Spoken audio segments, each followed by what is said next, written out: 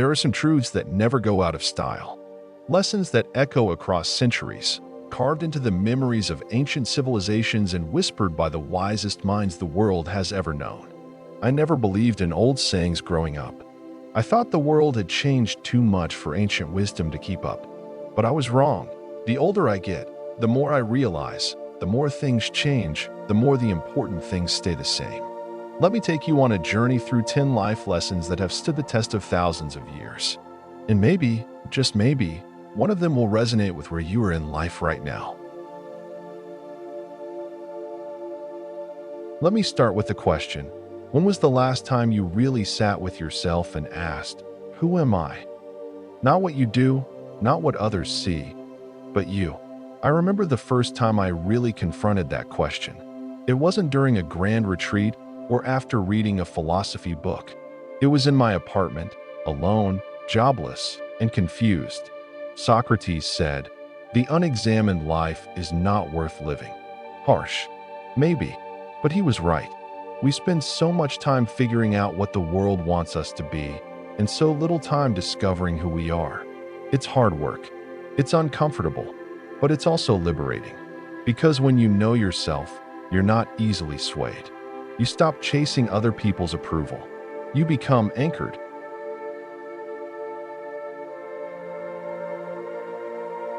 I remember when I lost someone close to me. The world slowed down. Everything hurt. And everyone kept saying that cliched line, "This too shall pass." At the time, it felt like a slap in the face. But then, months passed. Seasons changed. Laughter slowly crept back in. And I realized they were right. The Persians first recorded this wisdom, but it's found in every culture. Because it's true. Pain fades. Joy fades too. And that's the bittersweet beauty of it all. When you're in the thick of it, whether it's heartbreak, failure, or loss, you have to remember, this moment is not forever. Hold on. It will pass. We live in a time where outrage is currency and division is profitable. But there's this ancient rule that's been around forever. Treat others the way you want to be treated. I had a colleague once who made work unbearable. Gossip, power games, backstabbing.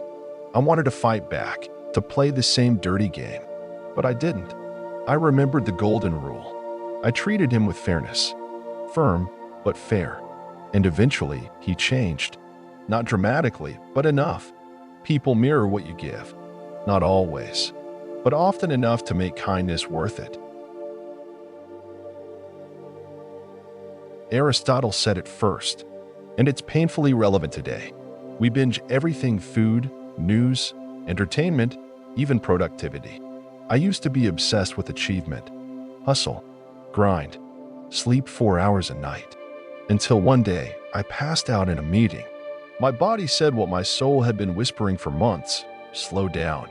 Moderation isn't about being lazy or dull. It's about balance. It's about sustainability. Because what good is success if it costs you your peace, your health, or your relationships? Let me tell you something embarrassing. I once ruined a relationship because I couldn't control my temper. I was reactive, defensive, proud. I blamed them. But the truth? I had lost a war with myself. Lao Tzu, the ancient Chinese philosopher, said, "He who conquers others is strong. He who conquers himself is mighty." Discipline, emotional regulation, humility, these are the real battles, and they take a lifetime to master. But when you start winning those internal wars, the world outside changes too. Morbid? Maybe, but also freeing. The Stoics practiced this daily, remembering that life is fragile, unpredictable, and finite. When I turned 30, I started writing obituaries. Not for others, for myself. Weird, right? But it grounded me. It made me ask, what do I want my story to be? We waste so much time on petty things, on fear, on waiting. But death reminds us to live, not recklessly, but purposefully. If today was your last day, what would you do differently? I once thought being smart meant having all the answers. Then I started reading philosophy, science, psychology, and every book made me feel smaller, but not in a bad way, in a humbling way. Socrates was considered the wisest man because he admitted he knew nothing. Real wisdom isn't about certainty. It's about curiosity, openness. It's knowing that no matter how much you learn, the universe will always be bigger than your mind.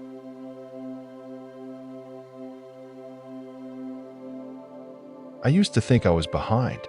Everyone else seemed to be ahead, married, promoted, thriving. I was just figuring things out. Then I read Lao Tzu again. Nature does not hurry, yet everything is accomplished. And I looked at the trees, the rivers, the seasons. None of them rush, yet everything blooms in time. Life isn't a race. Your timeline is yours. Trust it. Da Vinci said it. So did the Zen masters. And it's truer now than ever. We complicate our lives with stuff, with noise, with comparison. But happiness is simple. A walk, a deep conversation, a good book. I spent years chasing big dreams, only to realize that the moments I remember most were small and real. Strip away the excess. Get to the essence. That's where joy lives.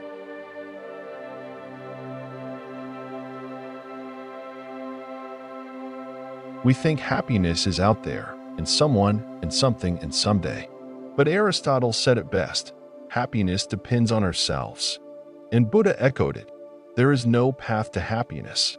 Happiness is the path. The day I stopped outsourcing my joy was the day I found peace. It doesn't mean you're always smiling, but it means your peace isn't at the mercy of external chaos. You build it from the inside out. So, there you have it.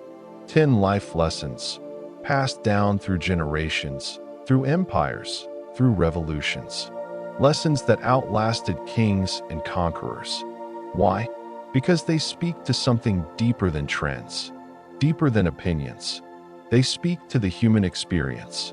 So if you find yourself lost, stuck, overwhelmed, maybe it's time to stop looking forward for answers and start looking back.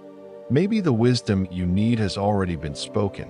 Remember, know yourself, embrace impermanence, be kind, seek balance, master yourself, value time, stay curious, trust the pace, live simply, own your joy. These aren't just old sayings. They are survival tools, anchors, lighthouses, and sometimes the oldest wisdom is the most revolutionary of all. Thanks for watching, and if you resonated with the video, please do like, subscribe, and share it with someone you care about.